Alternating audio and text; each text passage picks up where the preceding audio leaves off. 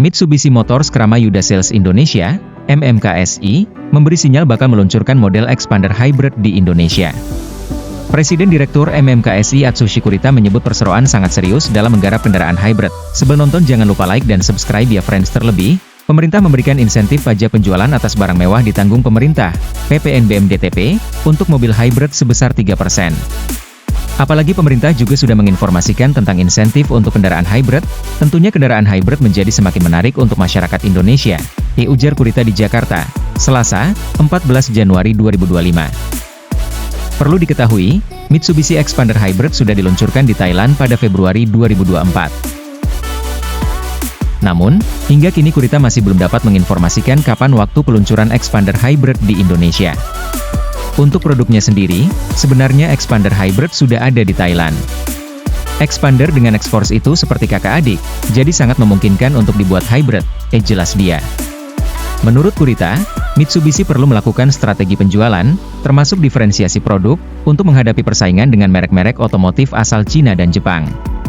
Lebih lanjut, ia mengatakan bahwa strategi lainnya adalah meningkatkan layanan penjualan maupun purna jual agar dapat melayani pelanggan dengan lebih baik lagi. Memang sekarang tidak diragukan lagi, kompetisi tidak hanya dengan merek Cina, tetapi juga merek Jepang semakin kuat.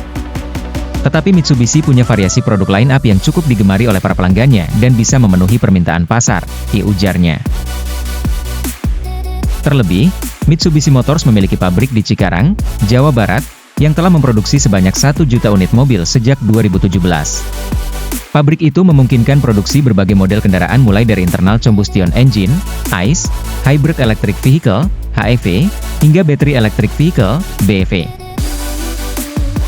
Berdasarkan data Gaikindo, Mitsubishi mencatatkan penjualan wholesale sebanyak 72.217 unit pada 2024 dengan pangsa pasar 8,3%. Sementara itu, penjualan retail Mitsubishi, atau dari dealer ke konsumen, tercatat sebanyak 74.030 unit sepanjang 2024.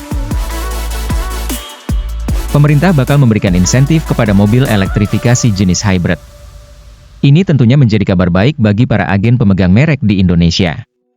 Bagi Mitsubishi, apakah hal itu bisa menjadi momentum untuk memperkenalkan Xpander Hybrid di Indonesia? Sebagai info, pemerintah memberikan insentif untuk mobil listrik berbasis baterai, baik itu mobil listrik murni, BEV, maupun hybrid. Hal itu dikatakan oleh Menteri Keuangan Sri Mulyani. Dan insentif lain untuk kendaraan bermotor listrik, kendaraan hybrid, dan PPN untuk pembelian rumah yang selama ini sudah kita umumkan yaitu dengan harga jual sampai dengan 5 miliar rupiah, kata Sri Mulyani beberapa waktu lalu.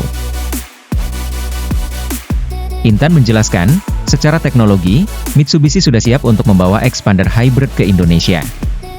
Hanya saja perlu perencanaan yang matang. Karena meskipun ada insentif, tapi ada hal-hal lain yang juga membebankan, seperti peraturan opsen pajak dan PPN 12%. Teknologinya sudah ada, sudah siap, MMKI juga sudah ready untuk membuat.